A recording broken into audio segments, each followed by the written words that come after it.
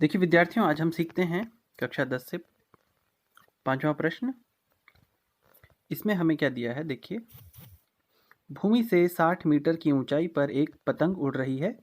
पतंग में लगी डोरी को अस्थायी रूप से भूमि के एक बिंदु से बांध दिया गया है। भूमि के साथ डोरी का झुकाव 60 अंश है। यह मानकर कि डोरी में कोई ढील नहीं है, डोरी की लंबाई ज्ञात करनी है।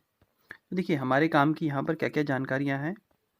एक तो इसका झुकाव कोण यानी कि 60 अंश के लिए दिया हुआ है, और ये ज़मीन से ऊर्ध्वाधरतः 60 मीटर की ऊंचाई पर उड़ रही है कोई पतंग। तो हम अगर किसी समकोण त्रिभुज का निर्माण करते हैं इस प्रकार, ये स्पष्ट नहीं हो, चलिए इसे अगले पेज में देख लेते हैं। ये है इस तरह से हम एक समकोण त्रिभुज का निर्माण कर लेते हैं यहाँ पर। अब देखिए पतंग की जो सी पर है, यहाँ पर वो पतंग उड़ रही है, और हमने ये मान लिया है कि जो डोरी है वो ज़मीन से तनी हुई है। प्रश्न में दिया हुआ है यहाँ पर कोई ढिलाई नहीं है। अगर ये मान लेते हैं कुछ ढीली होती, चलिए दूसरे रंग से देखते हैं एक बार। ये अगर ये ढिलाई होती तो ये पतंग कुछ इस तरह से लहराती हुई बनती हमारे पास, लेकिन प्रश्न में ये बात स्पष्ट कर दी गई है कि ढील नहीं है डोरी में, इसलिए हम इस डोरी को सीधा तना हुआ मानेंगे और ए सी यहाँ पर डोरी सीधी होगी। ये बात हमारे लिए स्पष्ट हो गई है। देखिए ज़मीन से ऊंचाई हमें दी हुई थी कि 60 मीटर की ऊंचाई पर यह स्थित है। तो अब हम इसे किस तरह से सरल कर लेते हैं। समकोण त्रिभुज में देखिए हमें ज्ञात क्या है, ज़मीन से ऊंचाई यानी समकोण त्रिभुज का लंब हमें मालूम है। अब हम ज्ञात करने जाएंगे कर्ण। देखिए अज्ञात बटे ज्ञात, हमेशा मैंने आपसे कहा है कौन सा त्रिकोणमितीय अनुपात का निर्धारण आप किस तरह से करेंगे कि कौन सा त्रिकोणमितीय अनुपात लगाया जाए, वो बहुत सरल तरीका यही है, अज्ञात बटा ज्ञात। तो क्या है हमारे पास अज्ञात, कर्ण अज्ञात है। तो कर्ण यानी AC, कर्ण बटे लंब। कर्ण बटा लंब आपको मालूम है क्या होता है, कोसेक होता है। तो कर्ण बटा लंब कोसेक हो गया। थीटा के स्थान पर 60 लेंगे, इसको सरल करेंगे, ठीक है। तो अगर कोसेक के मान याद नहीं है तो साइन के तो होंगे ही। तो साइन और कोसेक एक दूसरे के व्युत्क्रम होते हैं। तो साइन 60 अंश का मान वर्गमूल 3/2 है, तो हम कोसेक 60 अंश का मान निकाल सकते हैं 2/वर्गमूल 3 से, और ये मान यहाँ रख लेते हैं। अब देखिए 60 को हम 30 दुना 60 बोल सकते हैं, इस वजह से इस 60 के स्थान पर 30 दुना भी कह सकते हैं और 20 तियाँ भी कह सकते हैं। तो अगर आप इसको ऐसा कहें कि 3 गुणा 20 60 होता है, इस 3 को हम वर्गमूल 3 गुणा वर्गमूल 3 लिखकर एक ये वाला वर्गमूल 3 इसमें से निरस्त किया जा सकता है। ये वर्गमूल 3 यहाँ आ जाएगा गुणा वर्गमूल 3 यहाँ पर हो जाएगा। इस 3 को हम ऐसा लिख सकते हैं, और ये हर का जो वर्गमूल 3 है, ये इससे एक वर्गमूल 3 आप भाग दे दीजिए, तो एक वर्गमूल 3 बचेगा, और इस वर्गमूल 3 को हम किसके साथ लिख लेंगे, 20 के साथ, और यहाँ पर 2 पहले से मौजूद है, 20 दूना 40 आ जाएगा। हालांकि सरल है, आप इसको गुणा भाग करके देख लेंगे। तो इस तरह से हमें प्राप्त होगी इस डोरी की लंबाई 40 मीटर। आसान है। अब देखिए छठा प्रश्न देखते हैं। प्रश्न 6 में देखें हमें क्या दिया हुआ है। 1.5 मीटर लंबाई का एक लड़का है जो 30 मीटर ऊंचे एक भवन से कुछ दूरी पर खड़ा है, और वह ऊंचे भवन की ओर जाता है। तब उसकी आंखों से भवन के शिखर का उन्नयन कोण 30 अंश से 60 अंश हो जाता है। यानी वो कहीं पर खड़ा है और एक बिंदु से चलकर वो दूसरे बिंदु तक चला गया है, और ऐसा होने से वो कोण बदलकर 30 से 60 हो गया है। तो वह भवन की ओर कितनी दूरी चलकर गया। देखिए इसको सबसे पहले एक चित्र बनाते हैं और उसके बाद समझते हैं कि ये हुआ क्या। देखते हैं।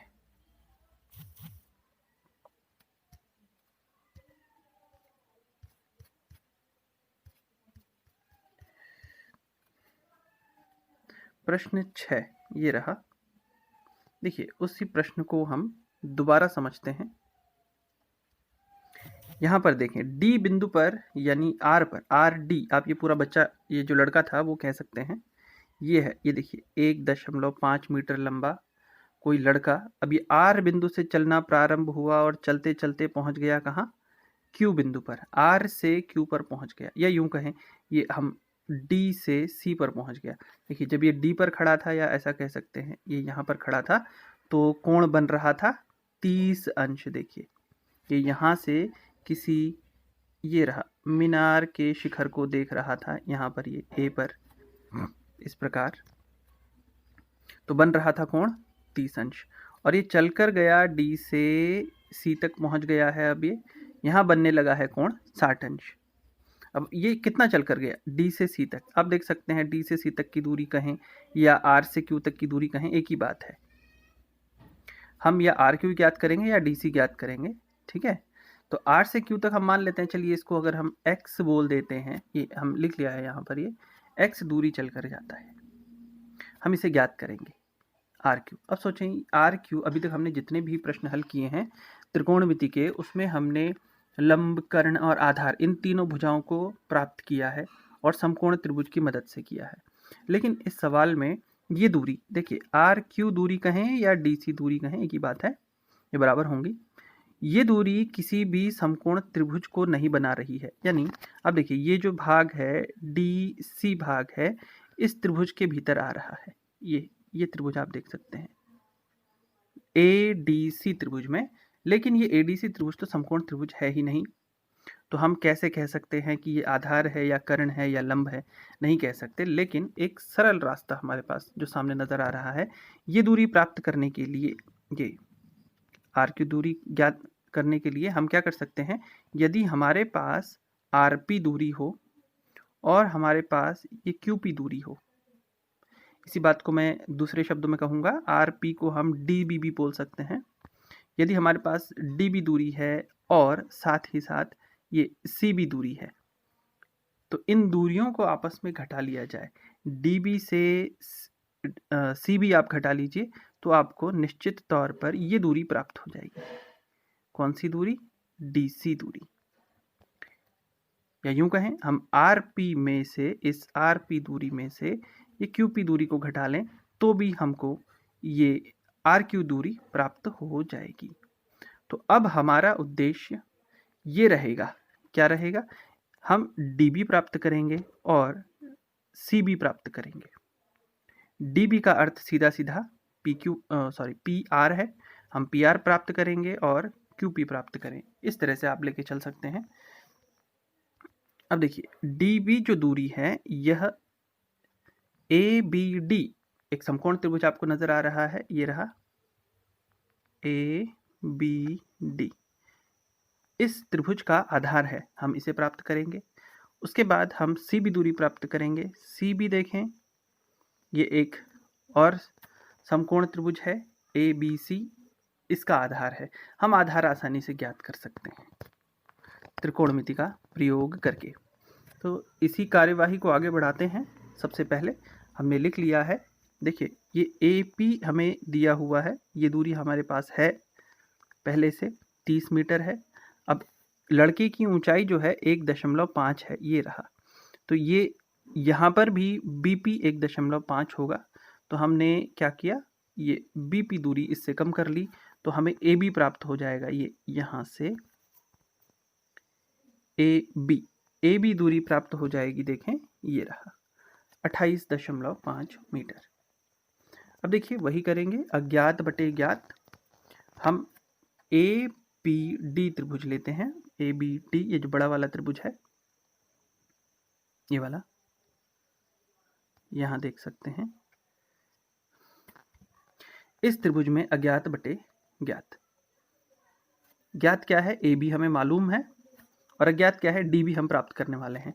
तो डी बी कहें या बी डी कहें, तो बी डी बटा ए बी हम लिख सकते हैं, ये कर्ण बटा लंब बटे आधार tan होता है, आधार बटा लंब हो जाएगा कॉट, तो आधार बटा लंब हो गया कॉट, कोण यहाँ पर है 30 अंश, तो कॉट 30 का मान रखेंगे cot 30 होता है वर्गमूल 3। इसको सरल कर लेते हैं, सरल मतलब हो गया ये सरल, इतना ही लिखेंगे इसको फिलहाल हम। अब आगे बढ़ते हैं। अब हमारे उद्देश्य होगा BC प्राप्त करना। BC ABC त्रिभुज में देख सकते हैं, इसको हम यहाँ लिखा हुआ है इस तरह से, यहाँ पर देखें।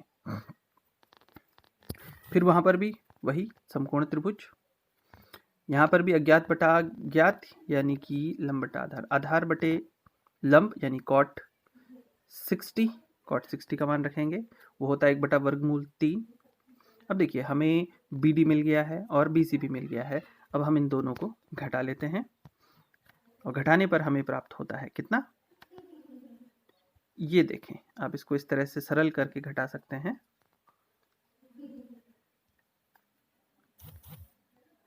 इस तरह से ये हो गया सरल। इस वर्गमूल 3 को आपने वर्गमूल 3 से गुणा किया है तो वो हो गया है 3। ये यहाँ पर जो 3 लिखा हुआ है ये वहीं से आया है, ये वाला 3। ऋण 1 क्यों करा हमने, 28.5 को उभयनिष्ठ ले लिया है दोनों ही भागों में से, तो अंदर रह गया एक तो ये वाला 3, जब इसकी गुणा हो गई होगी।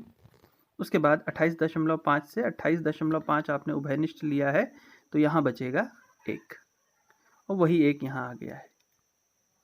अब देखिए 28.5 और 3 में से 1 गया 2, इनकी गुणा करके आता है 57। 57 को वर्गमूल 3 से भाग दिया, कैसे, 57 यानी कि 19 गुणा 3, 19 गुणा 3, और इस 3 को आपने वर्गमूल 3 गुणा वर्गमूल 3 लिखा होगा, और एक वर्गमूल 3 इस वर्गमूल 3 से कट जाएगा, भाग चला जाएगा, तो बचेगा 19 वर्गमूल 3 मीटर।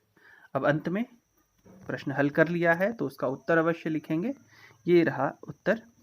तो लड़का भवन की ओर 19 वर्गमूल 3 मीटर चलकर गया। यदि आप वर्गमूल 3 का मान रख भी लेते हैं तो इतना आपको प्राप्त होगा 32.908 मीटर। तो इस तरह से ये प्रश्न हल हो गया।